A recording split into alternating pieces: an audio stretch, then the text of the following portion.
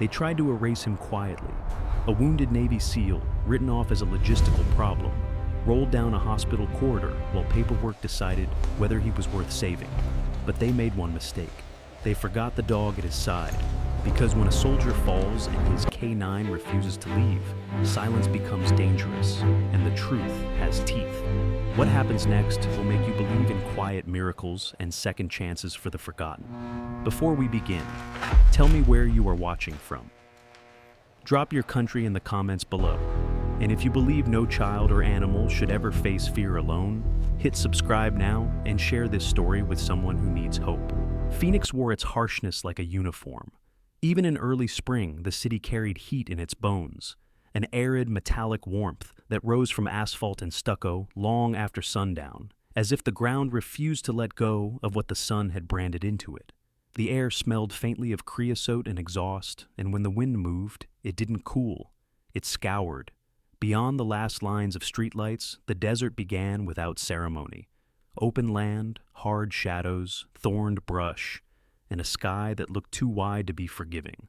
On the far edges of town, where the subdivisions thinned and the mountains cut jagged silhouettes against the dusk, a man would later learn that distance can be a kind of silence, and silence can be dangerous.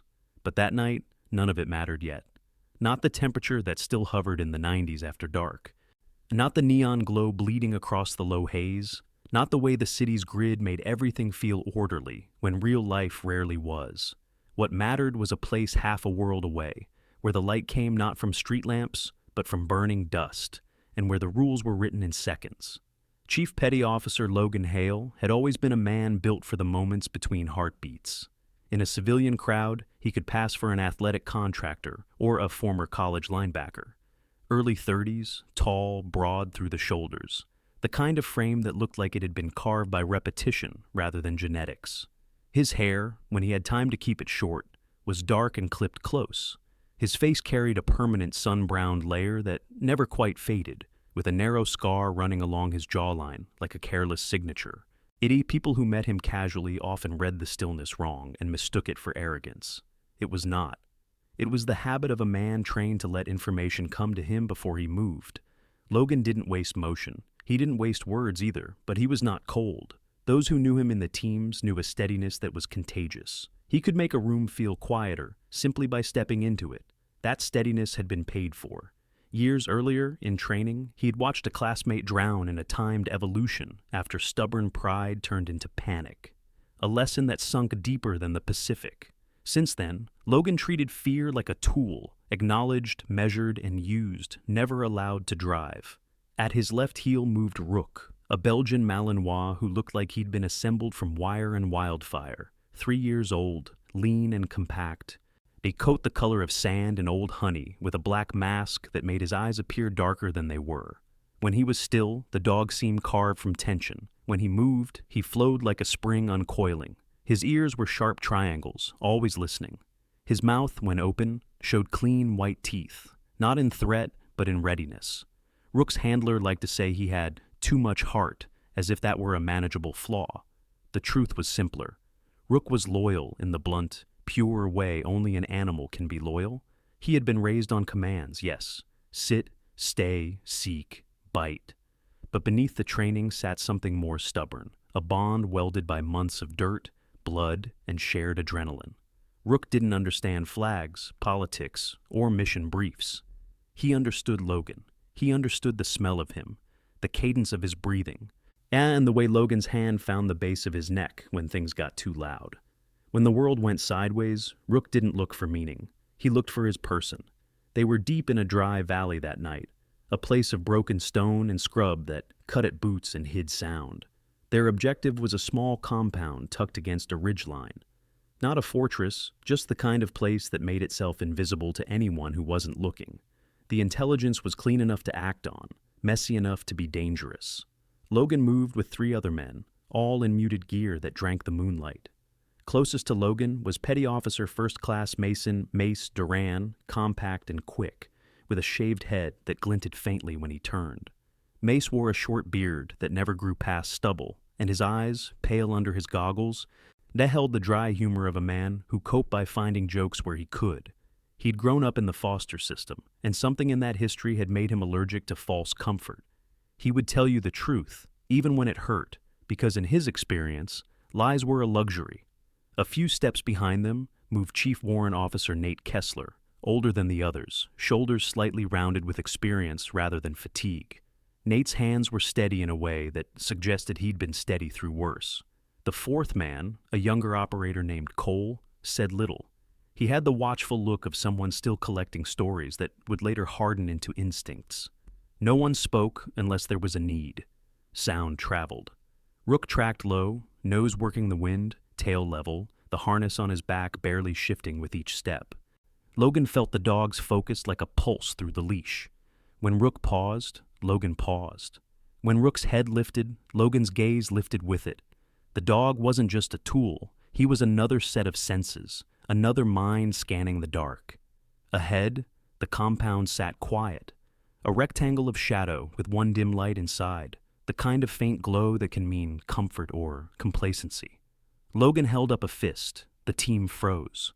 Rook's body tightened, a subtle tremor of readiness. Then the world cracked. It didn't come as a clear gunshot, not at first. It came as an ugly pressure in the air, a thump that punched dust from the ground. Somewhere on the ridge, an improvised charge went off, not big enough to level structures, but perfectly placed to turn order into confusion. A second later, muzzle flashes stitched the darkness. The valley filled with sound, sharp reports, rock chips, shouted commands in a language Logan understood only in fragments, and the deeper bark of Rook, who had shifted instantly from silence to defense.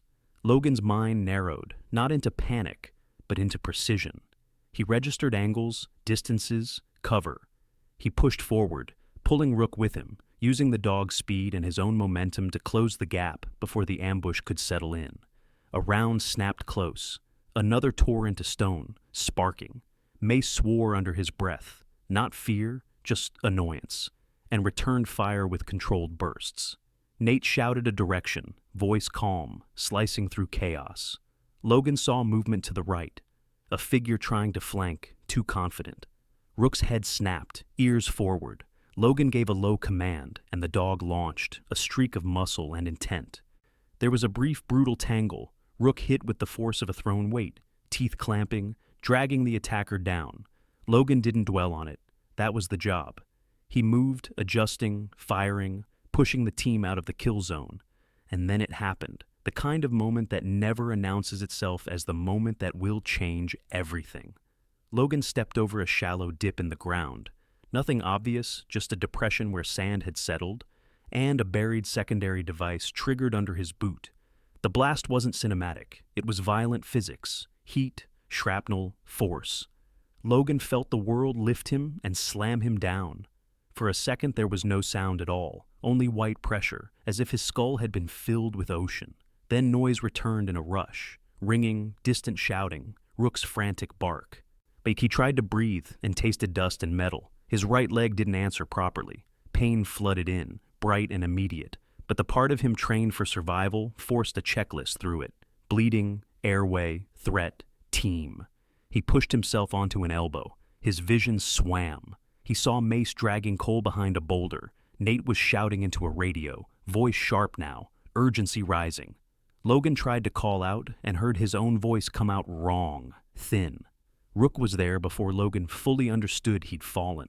The dog skidded into the dust, paws scrabbling, and then he was on Logan's chest, not crushing, just braced, muzzle pressed close, whining.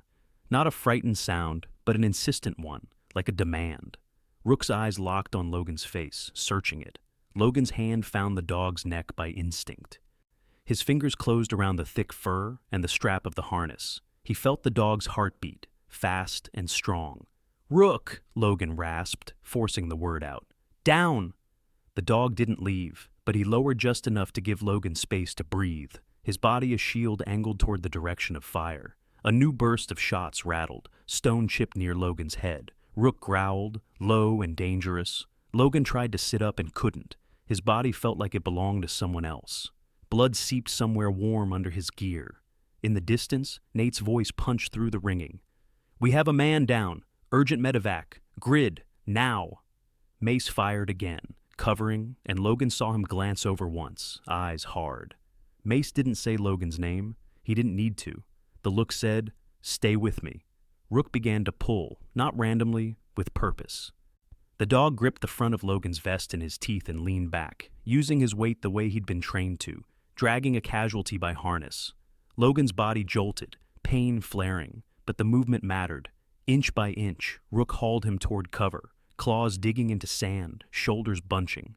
Logan tried to help with his arms, pushing against the ground, but his right side trembled. He could hear the dog's breathing, fast, determined. He could smell the animal's heat and the sharp scent of cordite. Behind the boulder, the air was marginally quieter. Nate's radio crackled. Confirmation, an inbound bird. Logan knew what inbound meant and what it didn't. It didn't mean safe. It meant a window. He blinked hard, fighting the weight that was trying to pull him down into black. He felt Rook press against him. As flanked tight to Logan's shoulder, as if anchoring him to the world.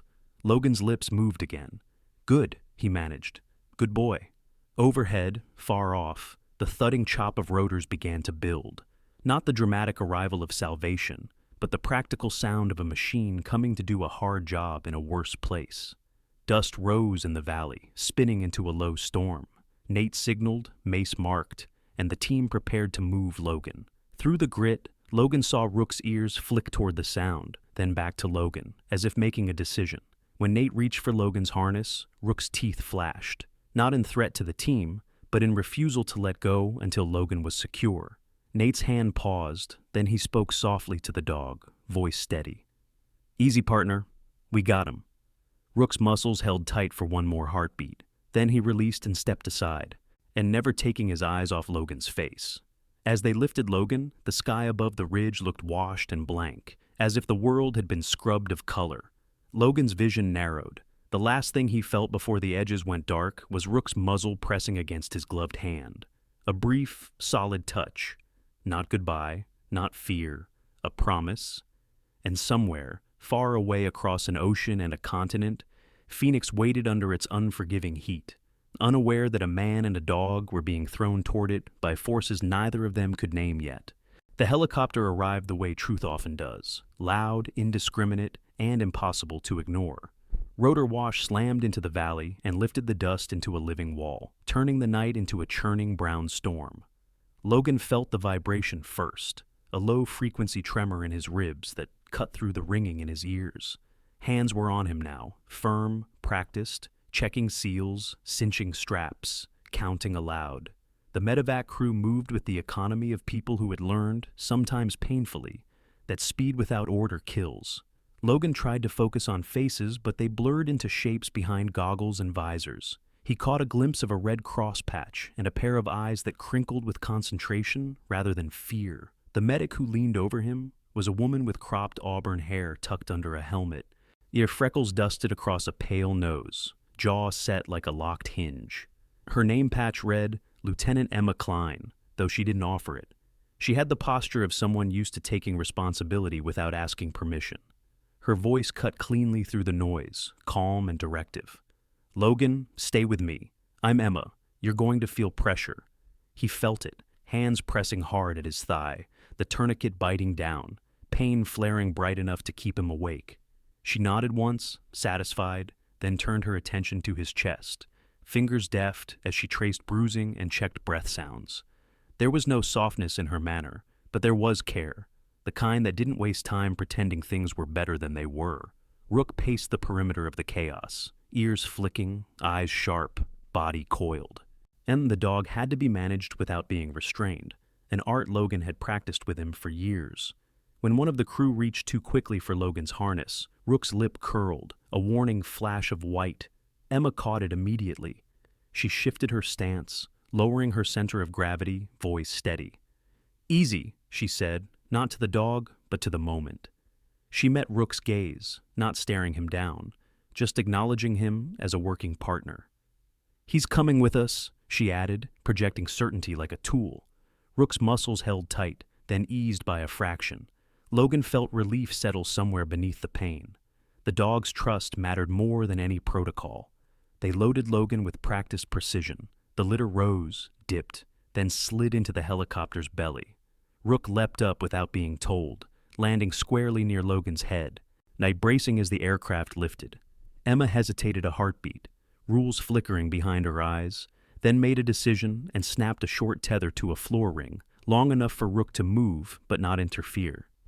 "He stays," she said, as if daring anyone to argue. No one did. The bird climbed, banking away from the valley, and the gunfire shrank to a distant crackle swallowed by the wind. Inside the aircraft, the world narrowed to light, vibration, and numbers. Emma worked, calling out vitals, adjusting lines. Another medic, Sergeant Owen Price, broad-shouldered with a heavy beard that made him look older than he was, took over compression on Logan's shoulder to control bleeding. Owen had the patient, unflappable demeanor of someone who had seen too many bad outcomes to indulge in drama. He spoke little, but when he did, his words landed. "Oh, pressure's holding," he said once, and it sounded like a promise. Logan clung to that sound, and the warmth of Rook's flank pressed against his arm. He felt the dog's breath, fast but steady, and counted it like a metronome. Logan drifted in and out. In one moment he was staring at the ceiling of the helicopter, light smearing into comets. In another, he was back in the surf at Coronado, lungs burning as he learned the lesson he would never forget. Panic is contagious. Calm is discipline. The transitions were rough, jagged. Each time he surfaced, Emma's face was there, eyes checking, hands adjusting. "Don't go yet," she told him once. And it wasn't a plea, it was an order. When they landed, it was not in Phoenix yet, but at a forward base that smelled of fuel and hot metal. The night air hit Logan with a different heat. Less desert, more engine. And then he was moving again, rolling, voices overlapping. Rook jumped down and trotted beside the gurney, head level with Logan's, tail low and steady. A young airman tried to intercept the dog, rules etched into his posture, but Emma shook her head sharply. "He's cleared," she said. The airman blinked, then stepped aside. Rook didn't spare him a glance.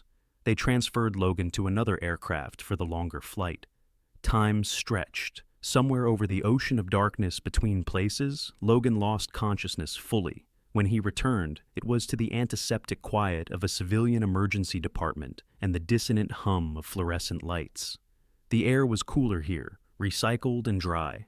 The walls were painted a soothing neutral that failed to hide the fatigue baked into the building. He heard voices arguing softly, administrative tones brushing up against medical urgency. The man in the white coat who stood at the foot of Logan's bed looked immaculate in a way that felt out of place. Dr. Malcolm Pierce was tall and angular, silver at the temples, beard trimmed to a point that emphasized his narrow chin. His shoes were polished, his watch expensive.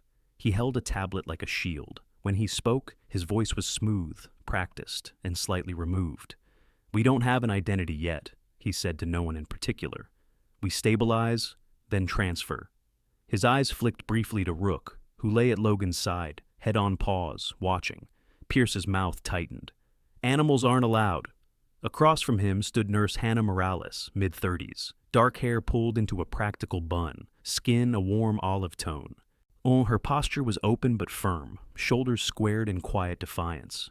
She had lines at the corners of her eyes from smiling and a scar on her forearm that suggested she didn't shy away from getting close to chaos. "He's not an animal," she said evenly. "He's a K9, and he's keeping the patient calm." Her gaze didn't waver. Hannah had grown up in a family where respect was earned through action, not titles, and it showed in the way she held Pierce's stare without raising her voice.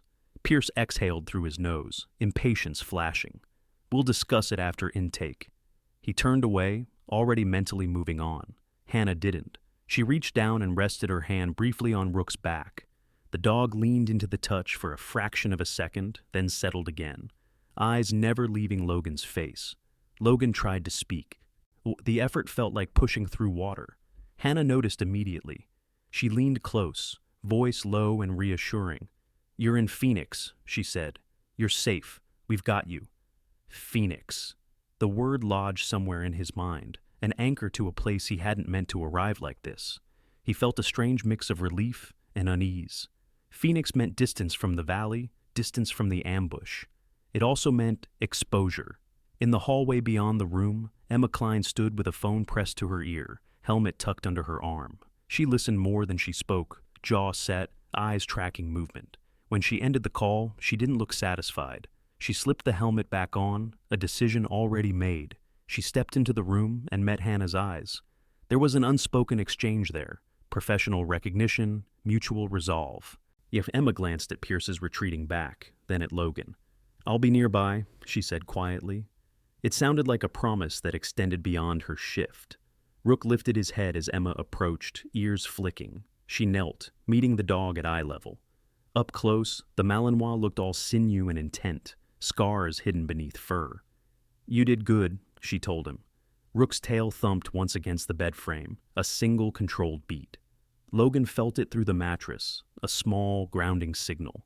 As the night settled into the hospital's rhythm, monitors chirping, carts rolling, voices murmuring, Logan drifted again. But this time, the darkness was softer at the edges. He felt the weight of the city outside, the heat pressing against glass and concrete, and the presence of the dog who refused to leave. Somewhere between the valley and Phoenix, the shape of what had happened began to form, not as answers, but as questions. Who had set the second device? Why the ambush had been so precise? Why he was here instead of anywhere else? Those questions could wait. For now, there was breath, there was pressure holding, there was a steady flank at his side. The chapter of survival had closed. Another, quieter, more dangerous, was opening. Morning in Phoenix did not arrive gently. It came in pale layers through reinforced glass, a bleached gold that flattened shadows and made everything look exposed. The emergency department shifted with it, changing tempo the way a tide changes a shoreline, night staff thinning out, day staff arriving with coffee and clipped conversations, the machinery of care resetting itself without ever truly stopping. Logan Hale surfaced into that light with the sensation of having been disassembled and put back together incorrectly. Pain announced itself first, precise and unapologetic, radiating from his leg and blooming across his ribs. He breathed through it the way he'd been taught, slow and measured, letting the pain exist without letting it take command. Rook was there. The dog lay curled on the floor beside the bed, head on his paws, and eyes open. He hadn't slept deeply. Malinois rarely did when their person was hurt. Up close, Logan could see the fine dust still clinging to the dog's coat, despite a quick rinse someone must have managed. Rook's muzzle had begun to gray at the edges, not age so much as experience, a badge earned early. When Logan shifted, the dog's ears lifted instantly. Rook rose, placed his chin on the mattress, and exhaled through his nose, a soft huff that felt like a greeting and a check-in all at once. Logan tested his voice. "Hey," he said, barely more than air. Rook's tail thumped once, controlled. The dog did not whine or climb onto the bed. He had learned, over long months, how to be close without interfering. Logan reached down and let his fingers sink into the fur behind Rook's ears. The contact grounded him. He took inventory again. Monitors steady, IV lines secure, the room quiet enough to hear the hum of electricity behind the walls. A woman stood near the window, reviewing a chart on a tablet. She was tall and spare, with a posture that suggested long familiarity with tension. Her hair was black and pulled into a low knot at the nape of her neck. Streaked with early silver, she made no attempt to hide. Her skin was a deep brown, smooth and unlined, and her eyes, sharp, assessing, missed very little. She wore civilian clothes rather than scrubs, slacks, a buttoned blouse, sensible shoes. When she turned, Logan caught the subtle stiffness in her left shoulder, the kind that came from an old injury never fully forgiven. "You're awake," she said, voice level, neither surprised nor relieved. "Good." "I was," Logan managed, hoping that meant I survived. It was a joke shaped like a test, the corner of her mouth lifted by a fraction. "You did," she said. "Barely. I'm Dr. Lillian Avery." She did not offer a hand. She didn't need to. "Trauma surgeon. I've been on your case since you came in."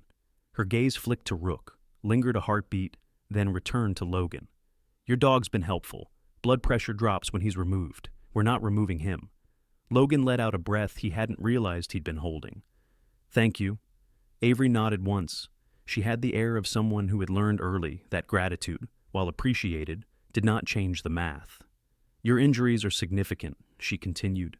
"Shrapnel to the thigh, compound fracture stabilized overnight, internal bruising. No organ perforation. That's luck, not design. She paused, noise narrowing slightly.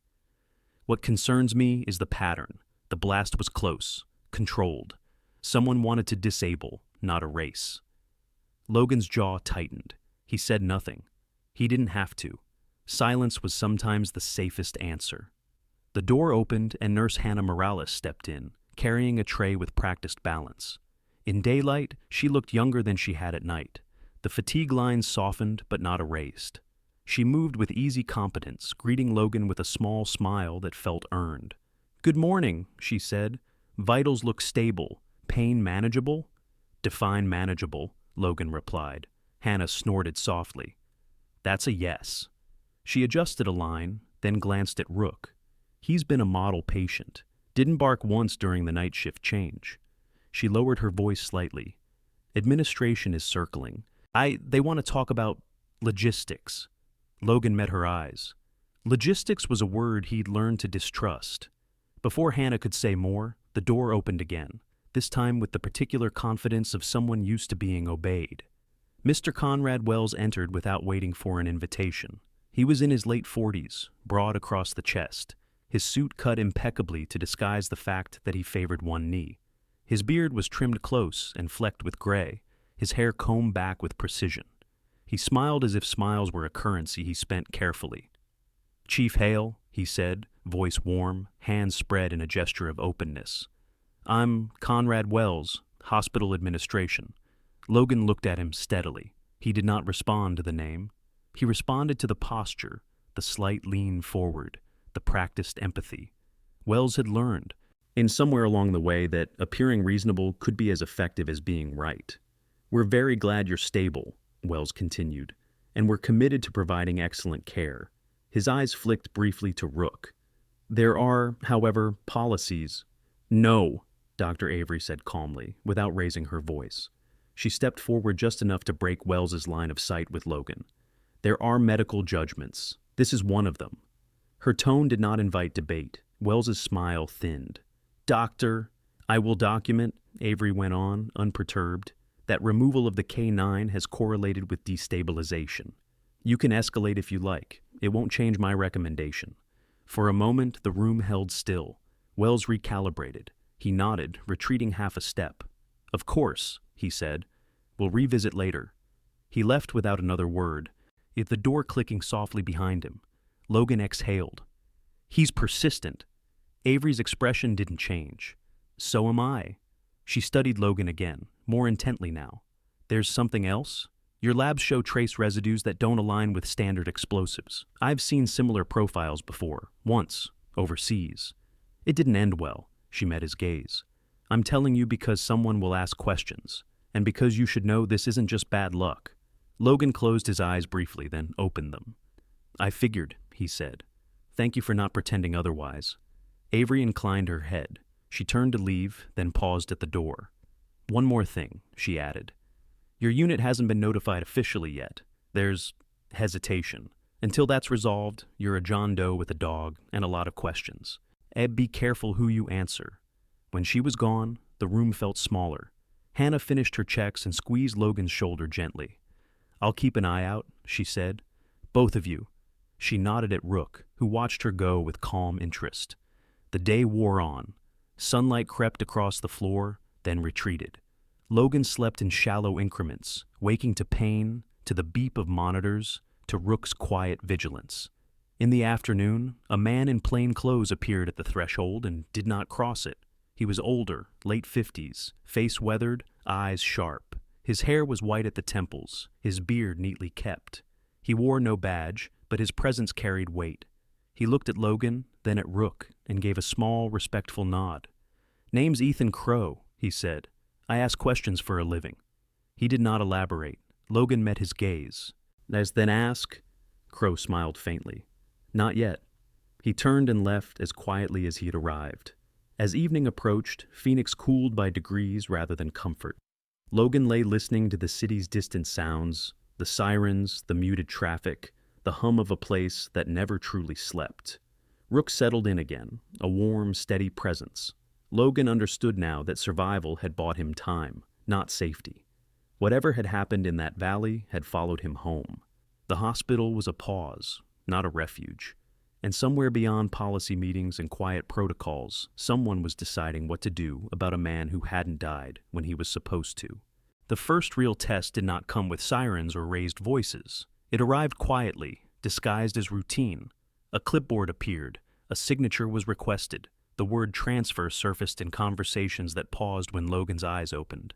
Phoenix had cooled into evening, the desert heat loosening its grip by degrees. But inside the hospital, the air remained dry and controlled, an artificial calm that encouraged people to forget how quickly circumstances could change. Logan noticed the shift before anyone spoke to him directly. Hannah Morales moved differently, still efficient, still kind, but watchful now. She lingered at the door longer than usual after finishing vitals, as if listening for footsteps. When she leaned in to adjust the blanket at Logan's leg, she lowered her voice. "They're saying step-down unit," she murmured. Different floor, different rules." Her eyes flicked to Rook without needing to say his name. "I told them it's premature." Rook sensed it too. The dog's posture had tightened, his resting stillness coiled into readiness. He followed Hannah with his gaze, then returned it to the door, ears pricked at every passing sound. Logan rubbed the ridge between the dog's shoulders, a silent reassurance that went both ways. "Easy," he whispered. Not because Rook was restless, but because Logan was. The man who came to formalize the discussion wore a badge clipped to his belt and the expression of someone who believed he was being reasonable. Deputy Marshal Aaron Pike introduced himself with a nod rather than a handshake. He was built like a former athlete gone to seed, not fat, just solid. Shoulders thick beneath a windbreaker that had seen too many meetings and not enough weather. His beard was uneven, the kind grown out of habit rather than style, and his eyes carried a tired caution. Pike had learned, the hard way, that authority without context made enemies. He preferred cooperation. "Chief Hale," he said, voice level, "I'm here to ensure proper custody." "Custody of what?" Logan asked. Pike hesitated. "Of you," he said, then amended, "and your assets." His gaze landed on Rook, measuring. Dr. Avery arrived without hurry, a gravity that made space for itself. She stood between Pike and the bed, not aggressively, just occupying the line. "There will be no transfer tonight," she said. "He's unstable." Pike exhaled. "Doctor, I'm not here to argue medicine. I'm here because there's interest, questions. Your patient doesn't exist on any intake roster I can access. That makes people nervous." "It should," Avery replied. "It means someone cut corners." Pike's jaw tightened, but he nodded. "All the same, protocols exist." He glanced at Rook again. "Animals are not up for discussion," Avery said evenly. "Not today." Logan watched the exchange with a soldier's patience. He understood Pike's position. He also understood that lines of custody, once drawn, tended to pull tight. "What happens if I say no?" he asked. Pike met his eyes. "Then we slow things down, and slow is rarely safer." He softened his tone. "I'm not your enemy, Chief, but there are people above me who will be less polite." When Pike left, he did so with a promise to return, and a look that suggested he didn't enjoy keeping it. The door closed. The room settled. Logan let out a breath. "They want me moved." "They want you labeled," Avery corrected. "Movement is just a tool." She studied him. "You have allies. You also have a timeline." That timeline announced itself an hour later, with the arrival of a man who did not bother with pretense. Caleb Rourke wore plain clothes that looked intentionally forgettable. Gray jacket, jeans, boots scuffed just enough to seem ordinary. He was tall and lean, his beard trimmed close to a sharp jaw, hair cut short in a way that emphasized the planes of his face. His eyes were the color of wet slate, unreadable. When he spoke, his voice carried a low rasp that suggested old smoke or older injuries. He had the bearing of someone who had spent time where rank mattered less than competence. "Mr. Hale," he said, ignoring the title. "Yeah, we need to talk." Avery crossed her arms. "You'll need permission." Rourke smiled thinly. "I already have it." He produced a folded document without ceremony. Avery scanned it, lips pressing together. She handed it back. 10 minutes, she said. "And I'm staying?" Rourke nodded, unoffended. He looked at Rook, then crouched slowly, hands visible. "Good dog," he said quietly, not reaching. Rook's ears flicked. He did not move. Rourke rose and turned to Logan. "You don't know me?" he said. "That's intentional. I work problems that don't fit on flowcharts." He paused. "The device that injured you? It wasn't local talent. It was a test." Logan's gaze hardened. "A test of what?" "Of response," Rourke replied. "Of survivability. Of whether certain variables behaved as predicted." He nodded at Rook. "They did." Avery's eyes narrowed. "You're telling me my patient was used as bait?" Rourke didn't deny it. "I'm telling you the people who set the test expected a different outcome." Logan closed his eyes briefly. When he opened them, his voice was steady. "You said you needed to talk, start making sense." Rourke leaned back against the wall. "Your unit has gone dark on you," he said. "Not officially, just delayed. That delay is being exploited. There's a push to move you to a facility where access can be controlled." He glanced at the door. "Where dogs are not welcome?" Rook growled softly, a low sound like a warning coil. Rourke raised a hand. "I know," he said. "That's why I'm here." He met Logan's eyes. "We can keep you where you are for 48 hours, maybe less. After that, the decision won't be yours." Avery's voice cut in. "AD, what are you proposing?" "An alternative custody," Rourke said. "One that keeps him visible enough to deter overt action, but insulated enough to limit interference." He looked at Logan. "It requires trust." Logan snorted quietly. "That's a rare commodity." Rourke's mouth twitched. "You SEALs say that, but you trust dogs with your lives." He nodded at Rook again. "Smartest choice you ever made." Silence stretched. Outside, a cart rattled past. A monitor chirped. Logan felt the weight of the decision press in. "If I agree," he said, "what happens to him?" He rested his hand on Rook's head. Rourke didn't hesitate. "He stays with you, non-negotiable." Avery studied Rourke as if dissecting him. "And me." Rourke met her gaze. "You'll document. You'll keep him alive, and you'll pretend you don't know anything else." She considered. Era then nodded once. "That's already my job." Rourke pushed off the wall. "Good." He turned to leave, then paused. "One more thing. The man asking questions earlier, Ethan Crow, he's not what he seems." Logan raised an eyebrow. "No one is." Rourke smiled, thin and knowing. "Exactly." After he left, the room felt charged, like air before a storm. Avery adjusted Logan's IV with deliberate calm. "You're making enemies," she said. "I already had them," Logan replied. Night settled fully. Phoenix's distant lights flickered like a low constellation. Logan lay awake, Rook pressed against his side, feeling the slow, steady rhythm of the dog's breathing. Lines of custody were being drawn around him, by administrators, marshals, men who spoke in half-truths. He understood now that survival had put him in a different kind of danger. Not the honest kind that announced itself with explosions, but the quiet kind that moved papers and closed doors.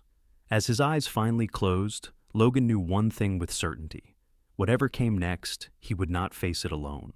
The attempt came just after midnight, when hospitals learned to hide their sharpest edges behind dimmed lights and lowered voices. Phoenix outside had cooled into a tolerable hush, the desert finally releasing some of the heat it had hoarded all day. Inside the ward, the quiet was curated, alarms set to thresholds, doors padded with policy, staff moving on muscle memory. Logan was awake, pain managed down to a low thrum, mind clear in a way that never arrived by accident. Rook lay lengthwise along the bed, back pressed to Logan's hip, head angled toward the door. The dog had learned the rhythms of this place quickly, the squeak of carts, the cadence of night staff, the pauses that meant nothing, and the pauses that meant everything. Logan heard the deviation before he saw it. Footsteps slowed outside his room. A stutter in the hallway tempo that didn't belong. Rook's ears lifted, then flattened slightly. Not alarm, but assessment. The handle turned without knocking. 2 orderlies entered, both men Logan hadn't seen before. The first was tall and narrow, with a shaved scalp and a jaw that looked perpetually clenched. His badge read, Evan Mullins. He moved like someone who preferred instructions to improvisation.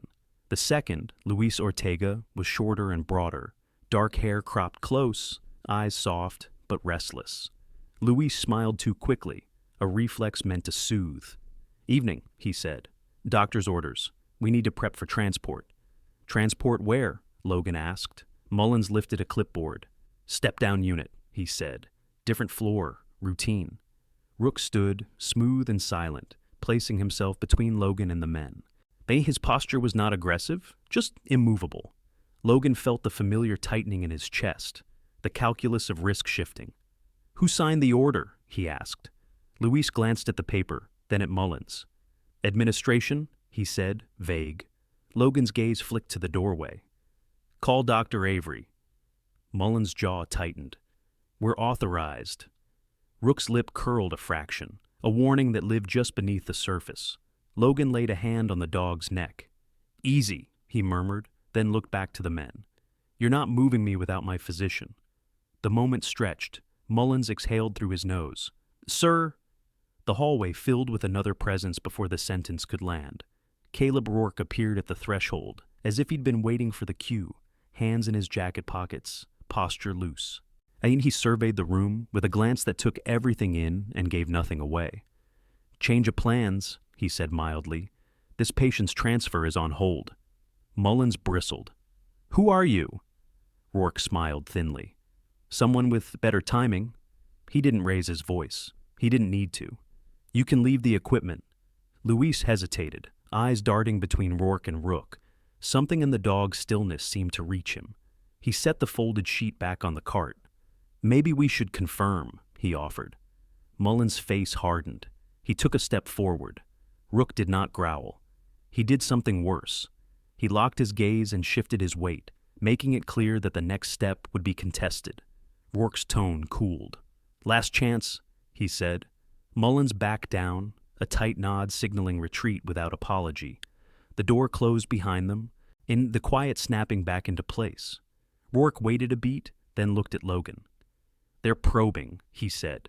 "Soft pressure, seeing what gives." Logan's fingers remained buried in Rook's fur.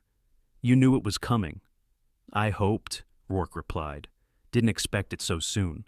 He glanced at the monitor. "You stable enough to move?" "To where?" Logan asked. Rourke's eyes flicked to the window, where the city lights glimmered low and distant. "Someplace visible," he said. "Visibility is protection right now."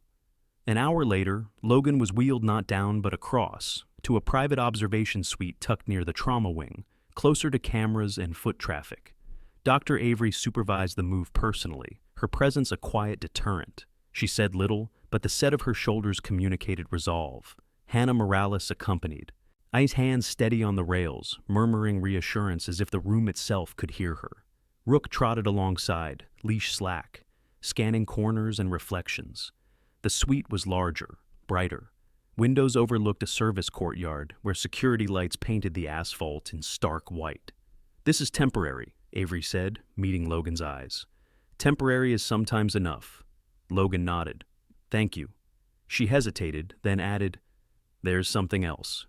We had an equipment discrepancy earlier. A cart signed out and returned incomplete." Her gaze sharpened. "We're auditing." "Meaning," Logan said. "Meaning," she replied, "someone tested access." Night deepened. The ward settled again. Logan slept lightly, dreams skimming the surface, rotor wash, the valley's dust, the moment before impact. Rook shifted whenever his breathing changed. In a living tether, sometime near dawn, movement flickered in the courtyard below. A figure crossed the light, paused near a utility door, then vanished. Logan's eyes opened. Rook's ears pricked, then flattened. The dog rose and paced once, twice, nose testing the air through the glass. A soft chime announced a door opening down the hall. Logan reached for the call button, then stopped. The sound pattern was wrong, too careful. He swung his legs over the side of the bed, pain flaring, and braced. Rook moved to heel, body taut. The door cracked open. A man slipped in, closing it behind him without a sound. He wore maintenance blues and a cap pulled low. Up close, he was older than Logan expected, late 40s, with a beard gone gray in patches and eyes sunk deep under heavy brows. His movements were economical, practiced. "Peter Ives," his badge said. He didn't look at Logan. He went straight for the equipment stand. "Don't," Logan said quietly. Ives froze, his eyes lifted, calculating. "This doesn't have to be a problem," he said, voice low and even. "I'm just doing my job." Rook stepped forward, placing himself squarely between Ives and the stand. The dog's hackles did not rise. He simply existed, an obstacle with teeth. Ives's gaze flicked to Rook, then back to Logan. "You should have stayed dead," he said, not unkindly. Logan's pulse steadied. That wasn't an option. Ives reached into his pocket. Logan's hand tightened on Rook's collar. "Stop," he said. "Last warning." Ives smiled, a tired expression that didn't reach his eyes. "You SEALs always think you're special." He moved. Rook launched. The distance closed in a blink. Rook hit center mass, made teeth clamping onto Ives's forearm as the man yelped and stumbled back into the wall. Logan surged forward despite the pain, driving his shoulder into Ives's chest, pinning him. The device clattered to the floor, a small injector, unmarked. Logan kicked it away and shouted, "Security!" The hallway erupted with sound. Boots pounded. Hannah burst in first, eyes wide, followed by two guards. Ives struggled weakly, then sagged as Rook released on command, stepping back to heal, eyes never leaving the man. Security cuffed Ives. Rourke arrived moments later, breath steady, eyes cold. He picked up the injector with gloved fingers. "That answers a few questions," he said. Dr. Avery appeared, face set. She looked at Logan, then at Rook. "Everyone okay?" Logan nodded. "Thanks to him." Rourke met Logan's gaze. "They're escalating," he said. "No, quietly. That was a containment attempt." Logan sank back onto the bed as the adrenaline ebbed, pain roaring back. Rook pressed against him, grounding. "Then we escalate too," Logan said. Rourke nodded. "Agreed." He looked at the injector again. "We're done playing defense." As dawn broke over Phoenix, pale and relentless, the ward buzzed with activity. Reports filed, footage pulled, doors locked down. Logan lay awake, Rook steady at his side, knowing the line had been crossed. Whatever custody meant now, it had teeth. The hospital changed its face after the incident, as if embarrassed by how close it had come to losing control. Additional cameras appeared overnight, small black domes blinking awake in corners where dust had once settled undisturbed. Doors began to require double authentication. The quiet was no longer curated. It was enforced. Logan felt it in the way staff moved, measured, deliberate, eyes lifting more often to check who might be watching. Visibility, Rourke had said, was protection. It was also exposure, and exposure came with a cost. Logan paid that cost in the form of a long corridor. They moved him late morning, when the ward was busiest and anonymity most fragile. Dr. Avery signed the orders with her usual economy of motion, then supervised as Logan was transferred to a rolling chair rather than a gurney, controlled optics, all Rourke's idea. Hannah Morales walked beside him, one hand steady on the chair's back, her posture a quiet shield. Rook heeled on Logan's left, leash slack, head level, eyes scanning. The dog wore a simple working vest now, charcoal gray with no insignia, chosen to avoid questions while answering them all the same. The corridor stretched ahead like a tunnel of glass and light. Visitors paused, curious. A child pointed. A parent hushed. Phones lifted, then lowered, when a uniformed security officer, Sergeant Dana Whitlock, shifted her stance. Whitlock was tall and broad-shouldered, her hair cut short in a way that emphasized a scar along her temple. Her face held the calm authority of someone who had once broken a riot by refusing to be impressed by it. She moved with Logan's group, presence unspoken but unmistakable. At the far end of the corridor waited a man whose stillness drew attention by contrast. Ethan Crow leaned against the wall as if he belonged there, hands folded loosely, eyes following the flow of people rather than the people themselves. Up close, he looked older than Logan had guessed, early 60s, skin weathered by sun and decisions, beard neatly trimmed but fully white now. His suit was conservative, well-worn, tailored for comfort rather than display. When Logan reached him, Crow straightened and offered a nod. "You walk like someone who knows pain," he said quietly. "That usually means you also know patience." "Depends on the day," Logan replied. Crow's eyes flicked to Rook, then back. "I owe him," he said. "He saved a man I trained once. Different place, different year." He didn't elaborate. He didn't need to. The way he said it suggested a debt carried without resentment.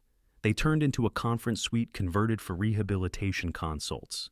Inside waited Dr. Samuel Boyd, a physical medicine specialist with 4 arms like rope and a nose that had been broken more than once. Boyd's beard was thick and peppered, his eyes sharp behind rectangular glasses. He shook Logan's hand carefully, grip firm but respectful. "You'll hate me," Boyd said matter-of-factly. "That's how we'll know it's working." Logan smiled thinly. "I've had worse introductions." Boyd gestured to the chair. "We're not starting today," he continued. "But I need to see how you move, and I need to see how he moves with you." He nodded at Rook. The dog tilted his head, assessing. They talked mechanics and timelines, weeks, months, the language of recovery, precise, unromantic. Logan listened, filed it away. He had learned long ago that hope without structure was a liability. Boyd concluded with a nod. "You've got a good base," he said, "and a better anchor." He met Rook's eyes. "Don't lose that."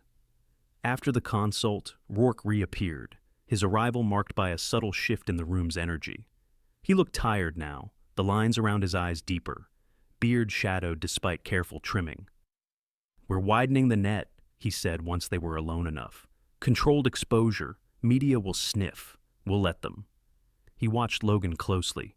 "You comfortable with that?" "Comfort's overrated," Logan replied. Rourke huffed a short laugh. "Good." He hesitated, then added, "We identified the injector compound, not lethal by itself. Disruptive. It would have complicated your care. All bought time for something louder." "Where?" Logan asked. Rourke's gaze slid to the window. "Here," he said. "Or the transfer route." He met Logan's eyes again. "We think they're embedded, not just passing through." The afternoon brought its own test. A woman appeared near the suite entrance, clutching a notepad too tightly. Marla Jensen introduced herself with the practiced smile of local media, mid-40s, blonde hair cut into a careful bob, blazer pressed flat, eyes bright with curiosity and calculation. "Just a few questions," she said, voice warm. "There are rumors." Whitlock stepped forward. "Not today." Marla's smile tightened but didn't break. "Of course," she said. Her eyes drifted to Rook, then back to Logan. "He's beautiful." Rook's tail did not move. Logan didn't answer. Marla retreated with a promise to follow up, then already composing angles in her head. Rourke watched her go. "Visibility," he repeated, "with teeth." By evening, the hospital had become a hive. Crow returned with a tablet and a single raised eyebrow. "Your unit's delay wasn't bureaucratic," he said quietly. "It was intentional. Someone rerouted notifications." He tapped the screen. "We're tracing the reroute." "Names," Logan said. "Soon," Crow replied. "Not yet." Night fell. The desert cooled. The lights outside softened. Logan was wheeled back toward his room, passing again through the long corridor. This time, fewer phones lifted. Familiarity dulled curiosity. Rook's presence anchored the group, a living line no one crossed. Inside the observation suite, Dr. Avery checked Logan's leg, satisfied. Hannah adjusted pillows, offered water. Whitlock took position outside the door, in posture relaxed but ready. Rourke lingered a moment longer. "Tomorrow," he said, "we go public in a way that forces hands." He paused. "You'll need to say very little." Logan nodded. "I can do quiet." Rourke smiled thinly. "I know." After they left, Logan lay listening to the building's nighttime breathing.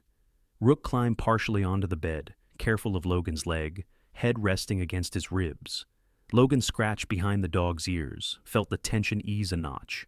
He thought of corridors, of valleys and hospitals, of paths designed to funnel people where others wanted them to go.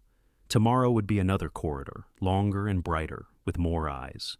He would walk it the same way he always had, steady, deliberate, not alone.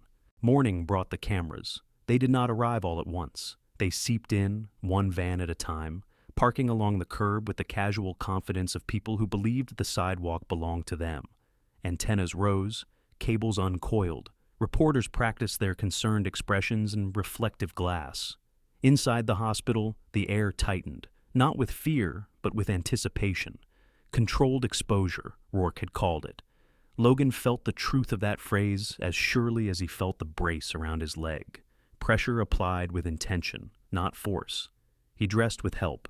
Hannah Morales moved efficiently, folding the hospital gown away and replacing it with loose civilian clothes chosen for comfort and optics. Dark pants, a soft gray shirt, a lightweight jacket that hid lines and wires. Logan tested his weight, grimaced, then steadied. Rook sat at attention, vest fitted snugly now, with a discreet medical clearance tag clipped to the strap. The dog looked older in the daylight, the gray along his muzzle more apparent, but his eyes were bright and focused. 3 years old and already carrying the posture of a veteran. Dr. Avery checked the brace, then met Logan's eyes. "You're not giving a statement," she said. "You're confirming existence. That's it." Logan nodded. "I can do minimal." Avery allowed herself the smallest smile. "Good."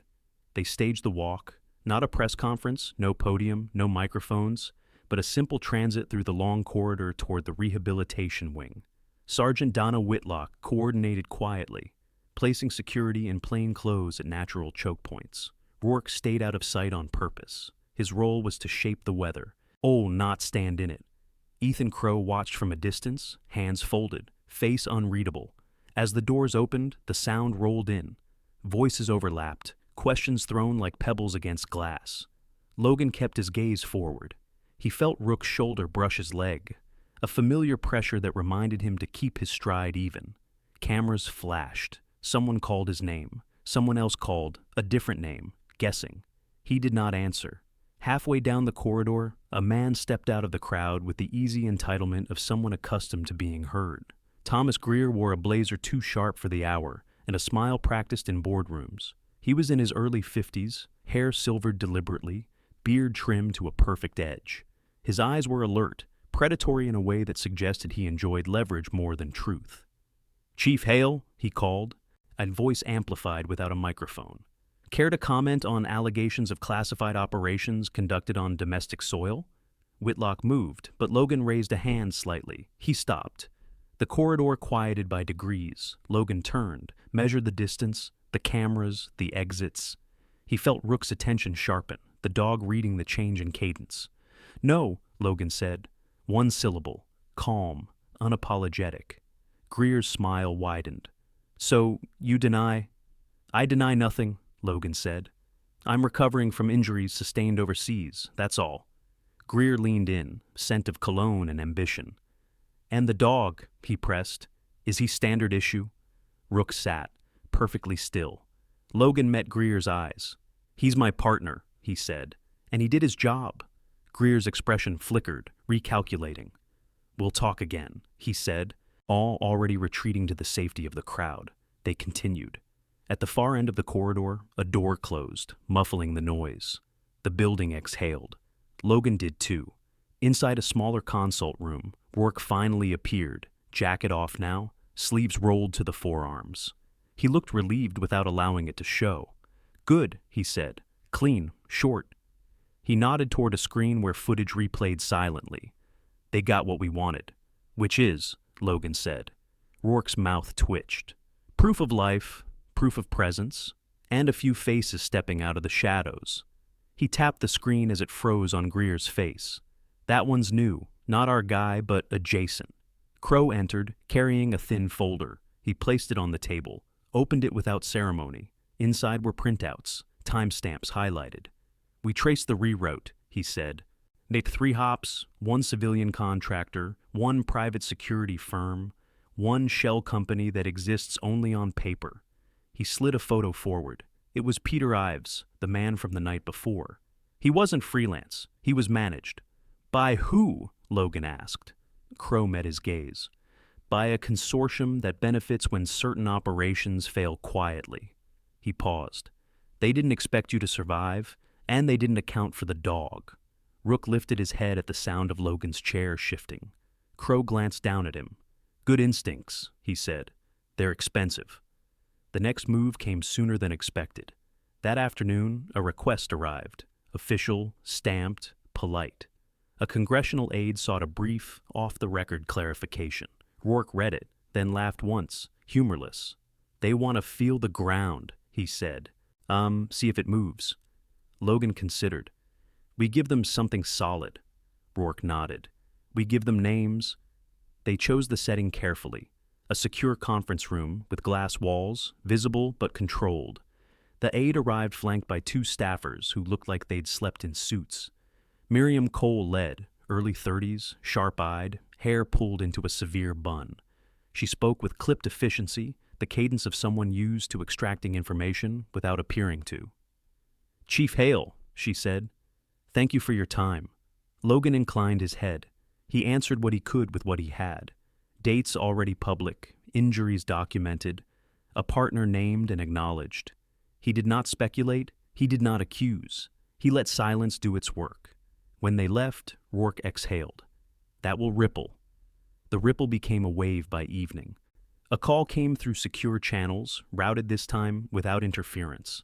Logan recognized the voice before the name landed. Captain Marcus Vale, his commanding officer, sounded older than Logan remembered, fatigue etched into every word. Vale was a man shaped by responsibility, broad and square, beard worn short to hide the gray that had arrived early after a mission gone wrong years back. That mission had taken two men Vale considered sons. It had changed the way he slept. "Logan," he said, "I should have been faster." "You're here now," Logan replied. Vale paused. "You're not alone anymore. Orders are coming, clean ones." Rourke listened without interrupting. When the call ended, he nodded. "That's the hinge," he said. "Once command speaks, the rest adjust." The adjustment began immediately, and security shifted from defensive to deliberate. Paper trails opened. The shell company's accounts froze. Greer's outlet ran a correction before publishing anything substantial. By nightfall, the hospital felt less like a chessboard and more like a corridor again. Still long, still watched, but navigable. Logan returned to his room as the sun bled orange across the city. He sat on the bed, exhaustion settling into his bones. Rourke climbed up carefully, placing his head against Logan's chest. Logan closed his eyes, breathing with the dog until the noise in his head quieted. Tomorrow would bring consequences. Hearings, briefings, decisions that couldn't be undone. Tonight brought something rarer. Alignment. Names in the light. The sense that the path ahead, while narrow, was finally visible. The order arrived without ceremony, which was how Logan knew it was real. It came through a secure channel just after dawn, while Phoenix was still shaking off the night. The desert light slid across the city in clean bands, turning glass pale and concrete honest. Logan sat upright on the edge of the bed, braced snug, pain familiar and manageable. Rourke lay at his feet, head on paws, eyes following the movement of sunlight across the floor as if mapping the day. When the message chimed, Rourke lifted his head, ears forward. He always knew when things shifted. Rourke read the screen once, then again, slower. He exhaled through his nose, a sound that carried relief without celebration. "They've cut through," he said. "Formal recognition, chain restored, you're clear." He looked up, meeting Logan's eyes. "Ooh, so is he." Logan let the words settle. Clear. It didn't mean finished, it meant aligned. He reached down and scratched behind Rourke's ears, felt the dog lean into the touch, tail thumping once against the bed frame. "Good," Logan said. The hospital moved quickly after that. Paperwork aligned with reality for the first time since Logan had arrived. Dr. Avery came by with a clipboard and a rare, unguarded smile. "Transfer approved," she said. "Not out, yet, but onward." She checked the brace, tapped the chart. "You've done what you needed to do here." Hannah Morales hugged Logan lightly, careful of his leg. "Don't make us look bad," she said, eyes bright. "And bring him back to visit." Rourke accepted a final scratch from her, solemn and polite, as if he understood the ritual of goodbyes. They wheeled Logan through the long corridor one last time. The cameras were gone now. The phones stayed in pockets. Familiarity had dulled curiosity, and truth had dulled rumor. Sergeant Whitlock nodded as they passed, posture easing for the first time since she'd taken the post. Ethan Crow stood near the exit, hands folded, watching the world return to its grooves. He met Logan's gaze and inclined his head. "Debt's settled," he said quietly. "For now." Outside, the air felt different. Not cooler exactly, Phoenix rarely was, but less heavy. A pair of unmarked vehicles waited, engines idling. A man stood beside them who did not need introduction. Captain Marcus Vale looked the same and different all at once. Broad shoulders squared by habit, beard trimmed close, and eyes carrying a depth that hadn't been there before. The last few years had taken their toll. He wore civilian clothes with military neatness, boots scuffed, posture relaxed only because he chose it. When Logan stood, wincing, Vale stepped forward and gripped his shoulder, firm and steady. "You look like hell," he said. Logan smiled. "You should see the other guy." Vale's gaze dropped to Rook. He crouched without hesitation, meeting the dog at eye level. "You did good," he said. Rook sniffed once, then sat, tail sweeping the pavement. Vale nodded, satisfied, and stood. "Let's go." They didn't go far. The vehicles took them out past the city's edge, where the grid loosened and the desert reclaimed its lines. A small training facility waited there, discreet and functional, the kind of place built for work rather than display. Inside, the air smelled of rubber mats and clean steel. Logan's rehabilitation began in earnest, not heroics, just discipline. Dr. Boyd's plan translated into motion, measured steps, controlled strain, the slow rebuilding of trust between muscle and bone. Rook stayed close, adjusting his pace instinctively, offering presence rather than pressure. Weeks passed. The days found a rhythm. Logan worked, rested, worked again. Rook trained alongside, drills that kept his edge sharp without pushing too hard. They learned the new terrain together. The world beyond the fence moved on. Names faded from headlines. Shell companies stayed frozen. Quiet returned, the good kind. One afternoon, as the heat softened into evening, Vale called Logan into a small office. The room was spare, desk, chairs, a flag folded with care. Vale leaned back, hands steepled, eyes thoughtful. "You've got options," he said. "You can return to the teams when you're cleared, or you can help build something we've needed for a long time." Logan waited. "Integrated K-9 training," Vale continued. "Field-tested, real-world protocols. You'd lead it." He paused, then added, "With him." Logan looked down at Rook, who sat at heel, gaze steady. The dog's muzzle was grayer now, but his posture hadn't softened. Logan thought of valleys and corridors, of tests and names dragged into the light. He thought of how survival had narrowed his world to essentials and then widened it again. "I'll take it," he said, "on one condition." Vale smiled faintly. "I figured." "He stays with me," Logan said. Vale nodded. "Non-negotiable." The first class arrived a month later, handlers and dogs, nervous and eager, and the air thick with potential. Logan stood at the front, brace gone now, movement still careful, but sure. He spoke plainly. He showed them what mattered, trust earned under pressure, discipline practiced without cruelty, partnership treated as fact rather than sentiment. Rook demonstrated with quiet precision, a living example of what happened when respect ran both ways. At dusk, when the day's work was done, Logan and Rook walked the perimeter. The desert stretched wide and honest, the sky bruised purple and gold. Logan felt a peace that had nothing to do with ease and everything to do with alignment. He knelt, rested his forehead briefly against Rook's, and laughed softly when the dog huffed in response. Clear skies didn't mean no storms. They meant you could see them coming. Logan stood, shoulders loose, and watched the last light drain from the horizon with his partner at his side. Tomorrow would bring work. Tonight brought something better. A quiet ending that felt like a beginning. Some miracles do not arrive with thunder or blinding light. They arrive quietly, through a hand that refuses to let go, a heart that chooses to stay, or a loyal soul that does not understand danger, only love. Some people call it luck. Some call it instinct. But for many of us, it is God's grace, sent at exactly the right moment, through the most unexpected people, and sometimes through his smallest creatures. God does not always change our circumstances right away. Sometimes he changes who walks beside us so we can survive what we are facing. And the same is true in our everyday lives. You may be tired, you may feel overlooked, forgotten, or pushed aside by a cold system that measures worth in numbers instead of hearts. But every time you choose kindness, every time you refuse to abandon someone who is afraid, now you become part of someone else's miracle, even if you never see the full story. If this story touched your heart, please share it with someone who needs hope today. Leave a comment and tell us where you are watching from, so we can pray together as one community.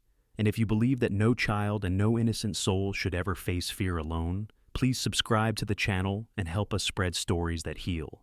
May God bless you, protect you, and walk with you wherever you are. May He give you peace when your heart is weary, strength when you feel weak, and faith to trust that even in silence, miracles are still happening. Amen.